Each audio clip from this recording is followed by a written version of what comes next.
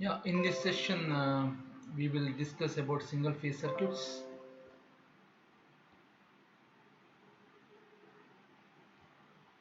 And first, we will consider RL series circuit.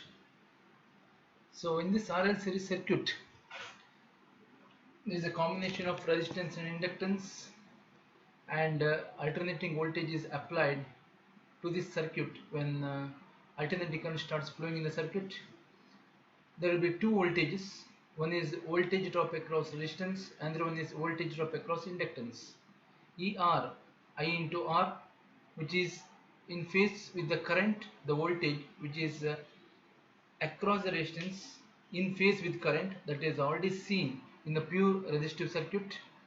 And second one is the voltage drop across inductance, that is I into XL, which leads the current by 90 degree, or current lags by 90 degree in that pure inductive circuit. If you consider separately ER and EL, the vector diagram looks like this. So this is the voltage drop across inductance. If you consider separately the resistive circuit, then this voltage ER, it is in phase with current. If you consider separately the inductance, the voltage drop across inductance is this is a voltage which is 90 degree with respect to current. That means to say current lags behind this voltage by an angle 90 degree. But here there is a combination of resistance and inductance. So here there is a combination of resistance and inductance, and this is the resultant voltage what you are getting in the circuit, that is given by E is equal to I into Z, whereas Z is equal to impedance of the circuit, and this is given by R square plus XL square. And actually there are two combinations, one is inductive reactance and capacitive reactance, but here the impedance is given by R square plus XL square, and where I is equal to E by Z. So phi is the power factor of the triangle, which is given by phi is equal to tan inverse XL by R. Tan inverse XL by R. And this is one more method to calculate the power factor angle phi. And if you consider this circuit, V is equal to Vm sin omega t, this is the voltage which is applied to the circuit. When voltage V is equal to Vm sin omega t is applied to the circuit, then current I is equal to Im sin omega t minus phi, it starts flowing in the circuit. Why it is minus phi? We cannot take it as 90 degree because it is not pure inductive circuit. If it is a pure inductive circuit, we would have taken as phi is equal to 90 degree, but here is a combination of resistance and inductance, so we cannot consider this phi as 90 degree. It may be less than 90 degree. So power, instantaneous power, is given by P is equal to V into I, Vm sin omega t into Im sin omega t minus phi. So that you are substituting the values for V and I, so that you are getting as Vm Im sin omega t minus phi. And while you deduce the circuit, when you getting this half Vm Im cos phi minus half into Vm Im cos 2 omega t minus phi, so that you have to put in between. So this formula 2 sin A sin B, that is equal to cos of A minus B minus cos of A plus B. If you put this equation in this, we will get at the end like this. But once again, this power term, as the power equation has got two terms, so one is constant term, one is periodically varying term.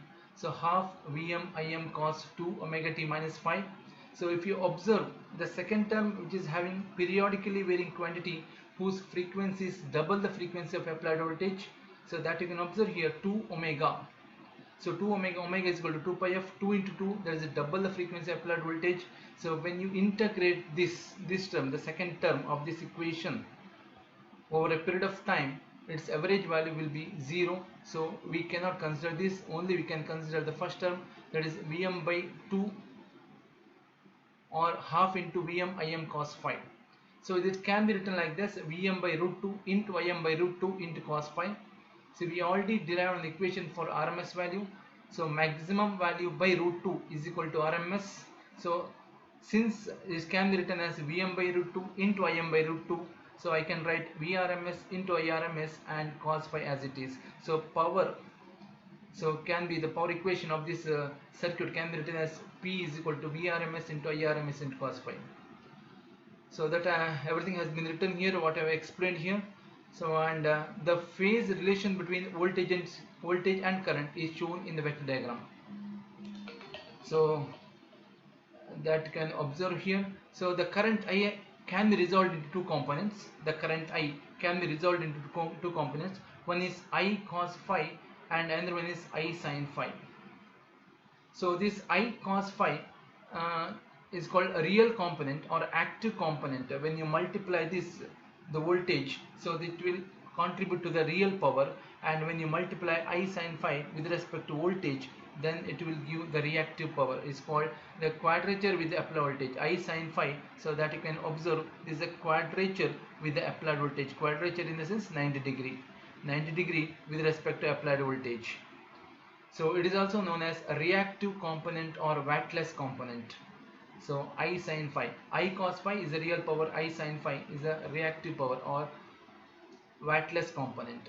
So if you I already explained, if you multiply that I cos phi component with voltage, that will get power, because current into voltage is power. It's called real power in watts. So Q is called reactive power, E into I sin phi volt amperes.